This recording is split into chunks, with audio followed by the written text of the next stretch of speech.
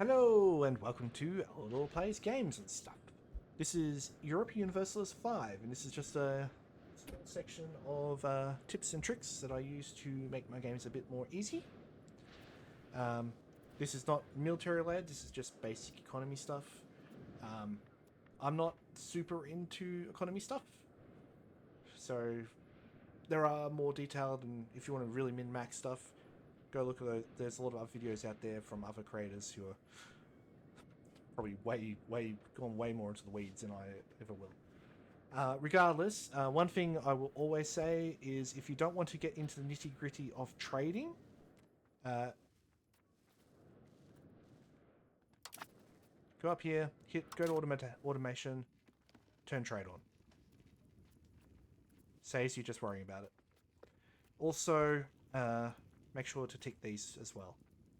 These two just make it so that when you're... These are military related, but I'll just throw it in there anyway. Basically, if you're making big armies, like you're raising a ton of armies all over the place, it means they have a general. Which means they can fight better if they don't have generals or admirals, they will lose fights a lot easier. Basically, simply. And that just means that every time one pops up, it'll just throw one of your courtiers in there as a general. Now, first thing I wanted to go over was RGO construction. So, the main thing I would like to recommend is have a look at the cost of your RGOs when you're building them, because RGOs are your main source of income at the start of the game, specifically. So, for example, if I want to build this wool province, at the moment it's costing 33.5. In England, this quickly goes up because you get a shortage of lumber very quickly once your production starts kicking in. So one thing to do, just go back there and have a look at the costs there. Come on, it's not going to go down there, is it? So as you can see there, the lumber, because we've got a surplus of lumber, technically surplus. I'm doing the fingers thing. Surplus of lumber, it very quickly disappears. We have a negative 33% to the price. So if once your lumber starts falling below that, so once you start getting a shortage of lumber, and you will get a shortage of lumber in England, probably France as well, most RGOs are going to start jumping up in price. Especially if you start getting a big shortage of lumber, it can suddenly increase to plus 33% of price. So you could, instead of paying 33.5, you could be paying 60 to 70 ducats per upgrade of your RGOs. So it can start costing quite a lot of money, because there can be a difference between roughly about 33 ducats per RGO. So, upgrade your lumber. In England, you have 5 lumber provinces. There is a Wales one. You can't touch it unless you... because it's a vassal under Wales, so you can't touch it. So, these 5 are your primary ones. RGOs are better to build than the alternative, which is lumber mills. You can do lumber mills as well if you just need to get an extra boost of lumber. I'll recommend keeping them in close provinces where you can build them. So if you want to build lumber mills, just go to the production tab, which is also got by going F3. Then go to the labourers building, and down the bottom is lumber mill, and then you can see all the different provinces you can build it in. Funnily enough, you cannot build a lumber mill in a lumber producing province. I would ideally recommend keeping them to relatively higher population provinces, so it's not, or ones which are producing a good you don't need as much, like wheat. So Harrow, Kensfield, those sort of ones are pretty good spots to build some lumber, if you need to. Otherwise, as I said, just max out your lumber mills as much as possible. When you have the Black Death come through, you'll hurt, and a lot of these provinces get hit really badly from it, because they're already fairly low populated provinces as it is. Hereford particularly gets really badly hit, Stoke as well. Hereford's already got a low population, so it means it has a hard time. Regardless, that will lower the cost of your RGOs overall by a significant amount.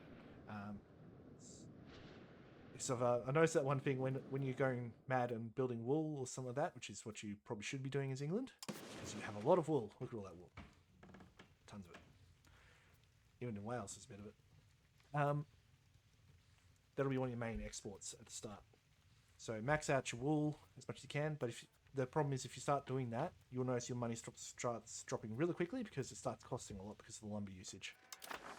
The other one to keep an eye on is masonry and tools, as they are usually directly also related to cost. Glass can also kick in with some of the more advanced buildings, and as you go along, different buildings will require different things. You can always check what a building needs to build by going here and just checking the prices. So you can look here at the hospital. The hospital's already expensive, so if you can increase your glass production to compensate for that, you can reduce the cost significantly. You can save 30 ducats or more. So the basic cost 182. You get the masonry up, you get the glass up, you could be saving a lot.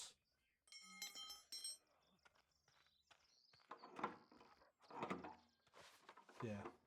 So it's dropping 15%, so you can get it down to 33%. So you get it down to about 130, 140. So you're saving quite a lot of money there. It makes preparation with Black Death a lot cheaper too if you do that. If you want to go that way with hospitals, you don't need to. You can just tank it, so to speak. Regardless, that's one of the main points, is just keep an eye on what costs are going into what buildings, and don't just build everything unless you really need to, until you check what you actually need to build to lower your costs. Because they still add to your economy anyway, so just building lumber, if there's a lumber shortage, that's adding to your economy regardless. And it just makes things cheaper.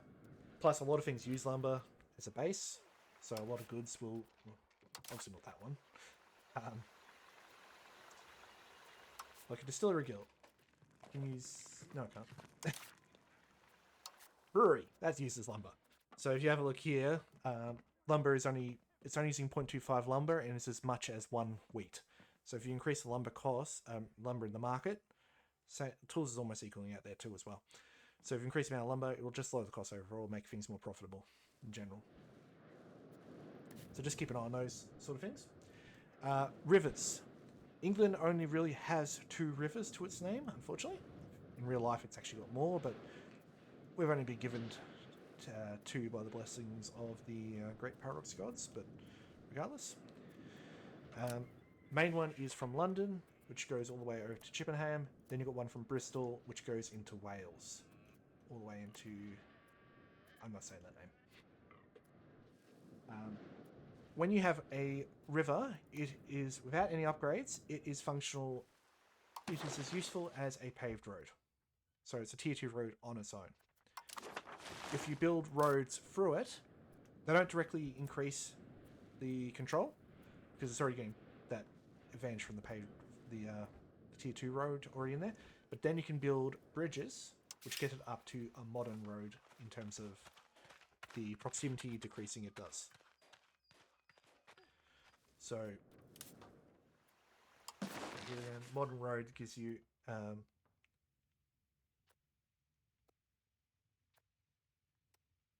on, let me double check that.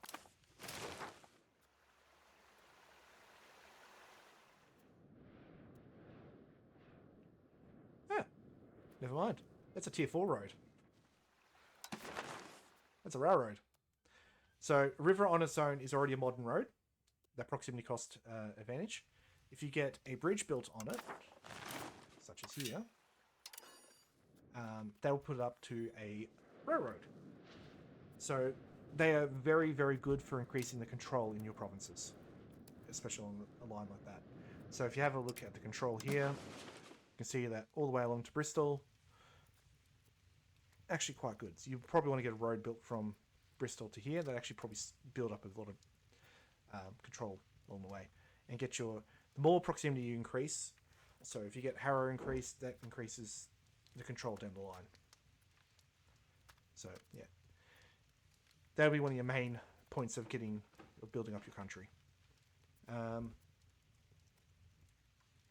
I also recommend keeping at least your major vassals game start, like Durham, Lancaster, Chester. Probably not as important, but definitely Wales, the Pale, Aquitaine. Maybe make a Picardy over here as well. If you want to create a vessel, just go to create subjects, custom subjects, and just make this whole thing separate. Or you can go to historical, and you can make some ones there. Another thing I might recommend, it's not that important, is if you increase the amount of dominions you have, it actually increases your directly increases your prestige. So if you get the Battle of Jersey made it as a Dominion and County of Picardy, and then give them all the provinces you need to. That will give you plus 0.2 to your prestige. And if you were to have your fort maintenance up to max, that will also, you'll start sort of eating into it a bit. Also, maybe try and get some other provinces as extra dominions. So at the moment, Chester, and Durham, they're not dominions. They're vassals. Which is a different type of one. Actually, I think, no, Chester's weird in that it actually has you. Your heir is always the one in charge of Chester. So I'm not sure how that functions because it just says it's a vassal.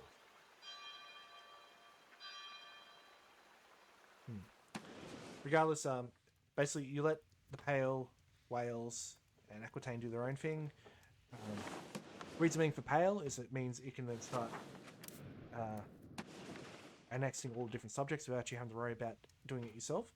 So at the moment we've got to integrate Teviot Dale into the country, and that's going to take a while. We have a look. It's going to take 6 years to do. If we had to do that for every single province, we then capture off an enemy. This is basically like coring in EU4, if anyone remembers that system.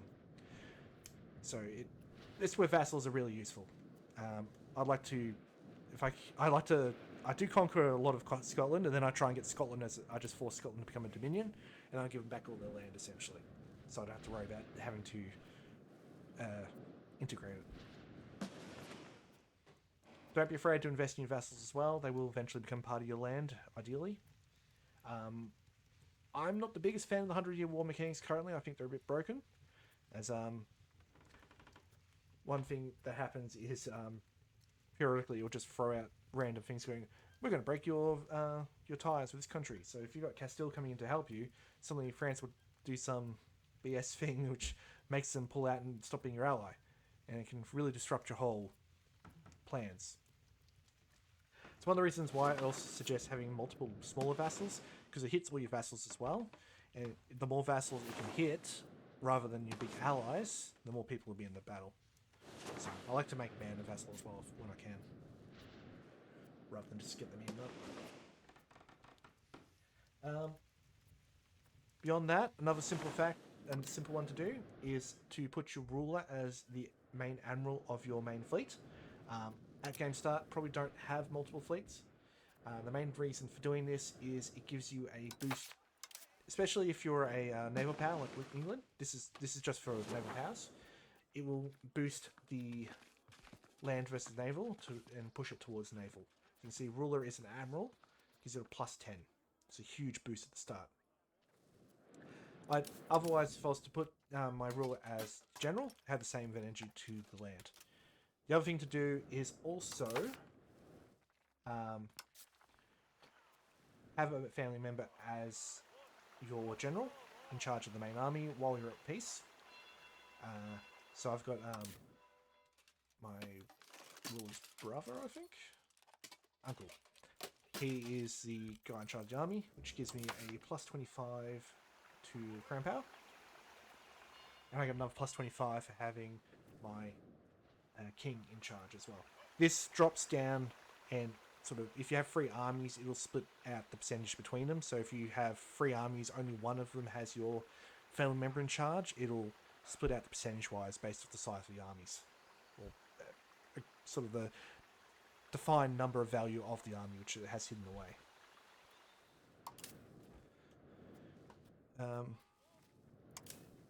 Beyond that, also, if you can get family members into the cabinet, that will also give you another 12.5% boost. As England, you only have your king and your uncle. That's it at the start. You do get some kids on the way. You've got Edward coming along. One thing you can do is also just boost up the education. It is expensive. It increases the cost of your court. So this is the cost of the court. So this boosts your legitimacy, And at game start, you probably want to get that as high as you can. I usually have it sitting around 100 as much as I can. Because legitimacy also affects your crown power, and crown power directly affects your trade income and other features as well. So you have a look here, because we're below 25%, we actually get negatives, which means our tax efficiency is lower, efficiency cabinet's lower, diplomatic reputation's lower, trade income is only 23%, so forth and so forth. So let's go to look at trade. So we sold that much there. So that's the actual amount. We had 13.78 ducats profit on cloth sold in Bruges. We only, because of the 23.66%, we're only making 3.26 on that. So the more you increase your crown power, which is somewhat hard as England at the start because you do have the English Parliament as a feature, which directly lowers your crown power. I've rarely seen my crown power get over 30% game start. There are buildings that you get later on which boost that over time, and there's upgrades and stuff you can do which also boost your crown power as you go. I think there's the Age of Renaissance, I think. Yeah. So if you can get the Renaissance, one of the upgrades, it also gives you another additional government reform, cabinet seat, and small sovereignty. You can also increase your chanceries to level 2. So just to give you an idea what that means is you'll have a third seat here, so you can have more guys doing different stuff. So you have one strengthening government, one boosting development, one increasing province control, simulation or whatever else you need. And the extra reforms gives you another one you can add here. So you have Magna Carta as one of the starting ones you have. It's actually not bad. But yeah, I'm not the biggest knowledge on all this one, so I feel like that might not be bad. Among other things. Feudal nobility wouldn't be terrible either. But you should usually pick autocracy because it directly gives you a boost of crown power, especially at game start.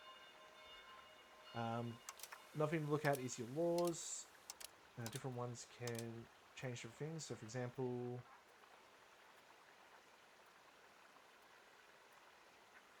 where is it?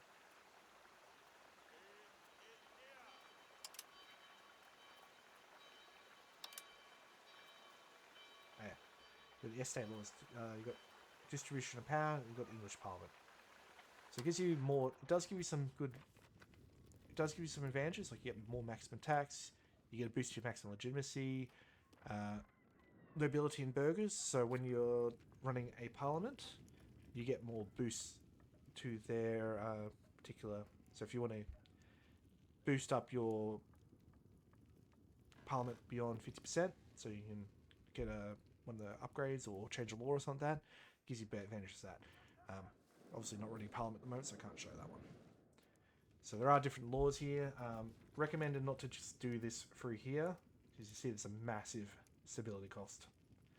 So if you want to change a law, do it through Parliament, it lowers the stability cost down to 10.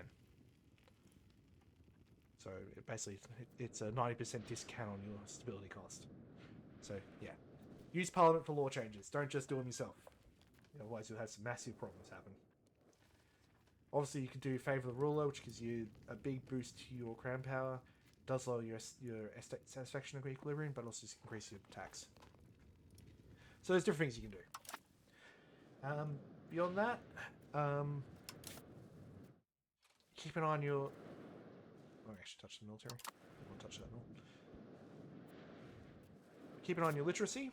That directly affects your monthly research. So what you can do is you can increase the different hospital different buildings in your different cities. Cities are going to be your main literacy point. So we go here. So at the moment you can see that everything's 10. Durham up here is sitting at 16, 15, 15. And London's sitting at 11. So things you can do to increase your literacy, because literacy directly affects your monthly research points. Most research takes... Wrong view. This one. Most research is about, I think, 20 points. Yeah, about 25 points. There you go.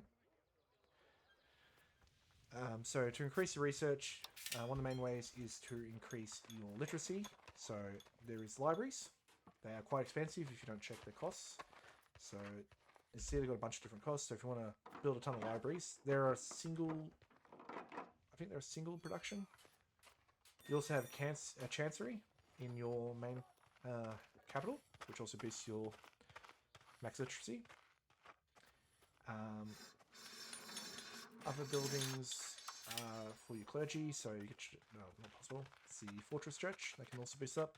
So one thing to build is just monasteries. If you can. A lot of cities won't have a monastery.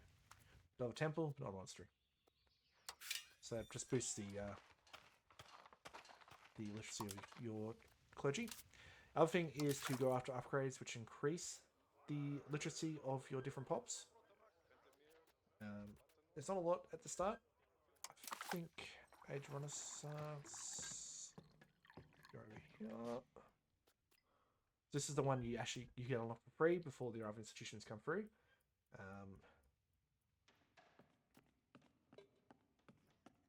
Yeah, so you get these literacy boosts here. I think there should be another one for nobility, or is that the other side?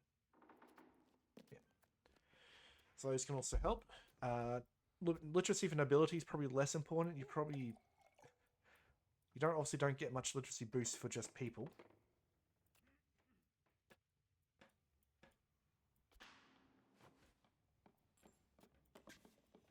As far as I'm aware.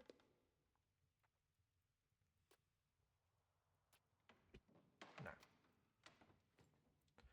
But things like universities can help boost up literacy anyway. You see there. And there's also, you can change your education policy. Come on. So you get education elites, which gives you these different... Talk about opening up a tab on a tab. So you get different ones like that.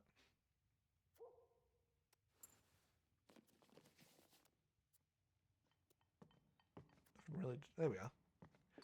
So something education of the people. There's Chinese ones and some other ones you can get as well, which are not related to England. So there's different education policies and stuff like that you can get as well. So just to sort of summarize again, build lumber, max out your RGO lumber provinces as much as you can. It will save you a lot of money in the long run. If those cost of the lumber starts going up, check the cost of them, because they just need to boost your tool production to make up for that. And if your tool facilities go up in price, just increase your masonry as well. Alternatively, if you want to build tools as well, you can just go to market villages and they'll produce them as well for some iron. And again, just keep an eye on what you're producing. If something's not being very profitable or it's hurting your economy, have a look at what it's using to make it. And if it's an RGO, something you can have direct control over and you can increase it, do so. Such as if you've got tools which are being really expensive to make, check the main reason probably why is you just don't have enough iron being produced in your market. Rivers are equivalent to a tier 3 road without any upgrades. If you build a road over a river province, it gives it the ability to build a bridge, which improves the ability of the road up to a railroad level, which is a tier 4 road, which is the best road you can get in the game for that sort of thing. So boost up your rivers as much as possible. It will give you a big boost to your economy early game. And as things build up, it will get better and better as you go along. Keep your vassals. Don't just immediately start taking the biggest ones you have. So like if you're playing France, don't take Normandy and Brittany straight away. Maybe go for smaller ones, which may be sort of blocking your control routes, such as Antampus and some of these other little ones. And don't do it too fast, because every time you do it, it actually lowers your subject opinion. So if France was to hit all the big ones, you'll probably find it's losing a massive amount of army. Because control-wise, France will have good control of this region, but it will drop out very quickly and start losing its troops. It's basically sitting down to 5 here and 20 for the rest of the area. Make sure to put your ruler as a actual leader on whichever value you prefer, such as if you want your country to be land focused, put your ruler as in charge of your army. If you want them to be naval focused, put them in charge of your navy. But if you have a family member, put them in charge of the other force, because it gives you a boost to your crown power. And beyond that, try and get your literacy up as much as you can. There's not a lot you can do early game. It does increase over time. I've usually seen this get up to about 1.7, 1.8 by about 1400. So don't feel disheartened if it's not progressing very fast. You will get there. And I'm not the best at this game, so whatever. And beyond that, thanks for listening if you got this far. And if you haven't already, I'd love it if you would subscribe or send me a comment, ask me some questions so I can do a little bit of research, look things up if I need to. Beyond that, keep doing what you're doing. Look after yourselves, look after your pets, love your family, and cheerio.